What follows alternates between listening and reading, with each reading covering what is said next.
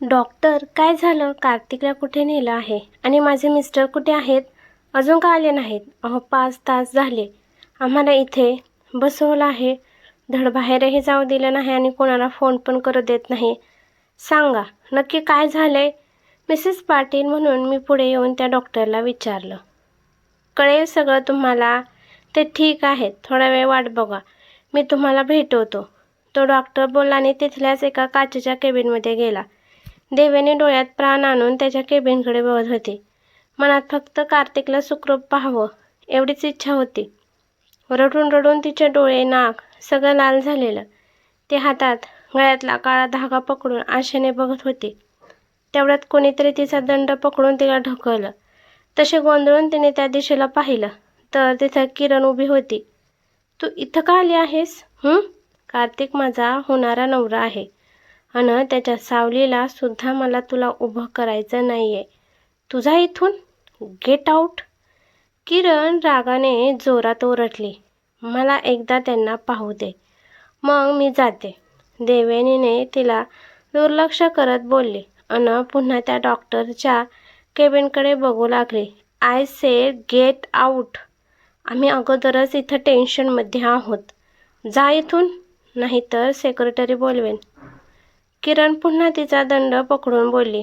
हे बघ प्लीज, मला एकदा त्यांना बघू दे, मग मी जाते प्लीज.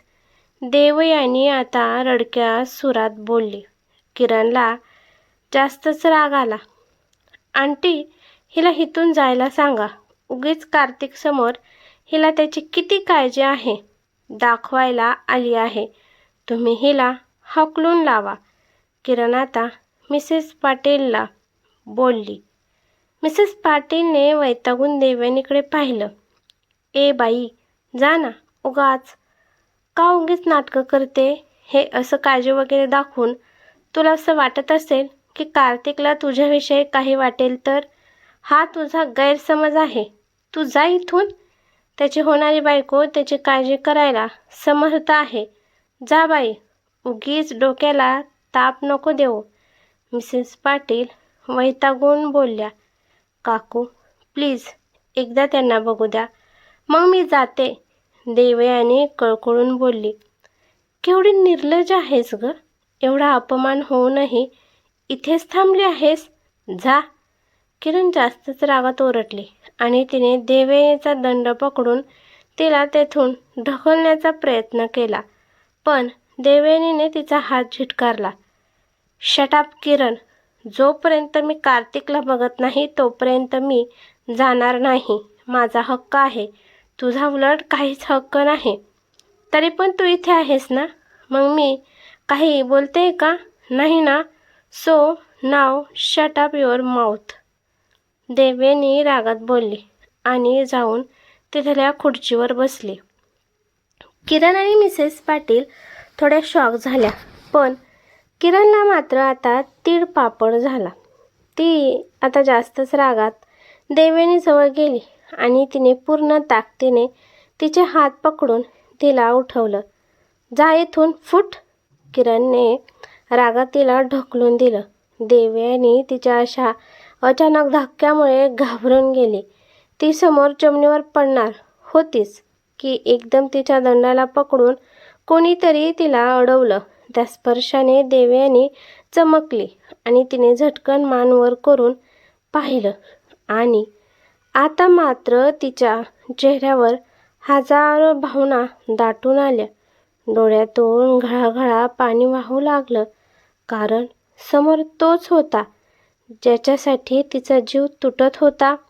तिने पटकन आवेशाने त्याला मिठी मारली. त्याने पण तिला मिठीत घेतलं. आता ती रडतच होती, तेही हुंदके देऊन. त्याने किरणकडे एक रागीट कटाक्ष टाकत तिच्या पाठीवरून हात फिरवला. तिने अचानक त्याला दूर केला आणि त्याचा हात छाती चाचपत भिरभिरत्या डोळ्याने त्याला बघू लागली.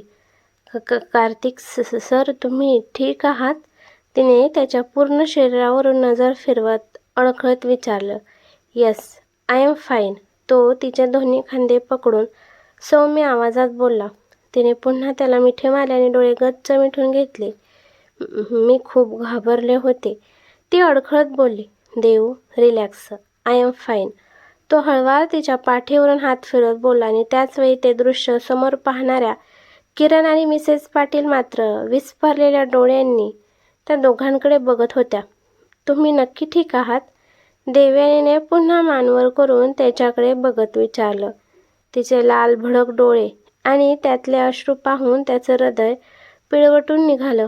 देव, मी ठीक आहे, तो तिचा चेहरा उंजळीत घेऊन बोलला आणि दुसऱ्याच मिनिटाला तिने त्याच्या गालावर हात ठेवून त्याच्या चेहऱ्यावर ठिकठिकाणी केस करायला सुरुवात केली. तिच्या प्रत्येक स्पर्शात त्याच्याबद्दलची काळजी दिसून येत होती. तिच्या अशा वागण्याने क्षणभर तो शॉक झाला, पण मग लगेच त्याच्या गालावर एक गोड स्मित पसरलं. त्याने तिला गालात हसत आणखीन घट्ट मिठीत घेतलं. तशी ती थोडी विव्हळली. What happen? तिला दूर करत त्याने विचारलं. तिने मानेनच नकार दिला. तेवढ्यात कार्तिक, मिसेस पाटील यांच्या आवाजाने दोघांनी त्या दिशेला पाहिलं तर किरण आणि मिसेस पाटील रागाने त्या दोघांकडे बघत होत्या. कार्तिक, हे काय करतोस? अरे, आम्ही एवढे काळजीत आहोत आणि तू या मुलीला? मिसेस पाटील देवयानीकडे तिरस्काराने बघत बोलल्या. हो, बघा ना, मी इकडे जीव मुठीत धरून तुमची वाट बघत आहे आणि तुम्ही हिला मिठीत घेतलं. ही खाली पडली म्हणून का? किरणने रडत विचारलं. देवयानीला आता वास्तवाचं भान आलं. ती त्याच्यापासून थोडी बाजूला झाली. मी जाते, ती खाली मान घालून बोलली आणि ती तिथून जाणार तोच त्याने तिचा हात पकडला. तू कुठेही जाणार नाहीस. वेट, प्रत्येकाला त्याची जागा दाखवावी लागेल. कार्तिक त्या दोघींकडे एक रागीट कटाक्ष टाकत बोलला आणि त्याच्या फक्त नजरेने त्या दोघीही गार झाल्या. मॉम आणि किरण, मीट माय वाईफ मिसेस देवयानी कार्तिक पाटील. कार्तिक देवयानीला एका हाताने मिठीत घेत बोलला आणि आता मात्र त्या दोघींच्या चेहऱ्यावर डोक्यावर वीज कोसळल्यासारखे भाव उमटले. त्याला काय बोलायचं किंवा विचारायचं सुद्धा त्यांना सुचेनासं झालं. दोघी डोळे विस्फारून कार्तिक आणि देवयानीकडे बघत होत्या. खरं तर आता देवयानी पण मनातून थोडी चकित झाली होती. कार्तिक अशी सगळ्यांना इतक्या लवकर तिची ओळख करून देईल हे तिला वाटलंच नव्हतं. पण मनातून एक सुखाची लहर त्याही स्थितीत तिला आनंद देऊन गेली, कारण आज त्याने खऱ्या अर्थाने तिला तिची ओळख दिली. Kartik, what are you talking? Rakesh Patil यांच्या आवाजाने कार्तिक सोडून सगळे दचकले आणि आवाजाच्या दिशेने बघू लागले. त्याचे डॅडी थोड्या रागात तिथेच येत होते. यस डॅड, तुम्ही बरोबर ऐकलं. आम्ही लग्न केले, तेही खूप दिवसांपूर्वी. फक्त विनोद कुमारमुळे मला तिची काळजी वाटत होती आणि त्यालाच पकडण्यासाठी हा सगळा लग्नाचा प्लॅन केला होता आणि आता तो पकडला गेला आहे, तर मला काहीच नाटक करायची गरज नाही. कार्तिक ठामपणे बोलला. त्याचं बोलणं ऐकून किरणने रडायला सुरुवात केली. ती लगेच कार्तिकच्या समोर येऊन थांबली. कार्तिक, तुम्ही खोटं बोलत आहात. तुम्ही असं काहीच नाही करणार. हिनेच काहीतरी जादू केली, नाहीतर तुम्हाला फक्त मीच आवडते, हो ना? किरणने देवयानीकडे एक रागीट कटाक्ष टाकत कार्तिकला विचारलं. No Kiran, love is Devyani. तिच्या व्यतिरिक्त मी दुसऱ्या कोणाचा विचारही करू शकत नाही. तुला फक्त विनोद कुमारला पकडण्यासाठी वापरलं. कार्तिक निर्विकारपणे बोलला आणि किरणचा चेहरा रागाने लाल झाला. तुम्ही असं करू शकता. तुम्हाला माझ्याशी लग्न करावंच लागेल. तुम्ही असं माझ्या भावनांशी नाही खेळू शकत, अन तेही हिच्यासाठी तर बिलकुल नाही. किरण रागात बोलली. मी तुझ्या भावनांशी खेळलो नाही. तू आठव, मी तुला काय बोललो होतो? मी कधीही माघार घेऊ शकतो आणि माझ्याशी लग्न करण्यात रिस्क आहे, तरीही तू तयार होतीस. माझ्यासाठी नाही, माझ्या प्रॉपर्टीसाठी. तुला काय वाटतं, मला माहिती नाही का? तू ते व्रत केलं, त्यात खाऊन पिऊन तू चक्कर येण्याचं नाटक केलं. कशासाठी? मला आणि माझ्या फॅमिलीला इम्प्रेस करण्यासाठी ना? इतकं साधंभोळं असण्याचे नाटक करू नको. कॅन्टेड ह्युमन माइंड. कार्तिक तिच्यावर नजर रोखत बोलला. किरणच्या चेहऱ्यावर 12 वाजले. तरीही ती पुढे काय बोलणार. तेवढ्या देवयानीने कार्तिकचा हात दाबला. त्याने मान खाली करून तिच्याकडे पाहिलं. तिने नकारार्थी मान हलवून इशारा केला, कारण देवयानीला तिची अवस्था पाहून वाईट वाटत होतं.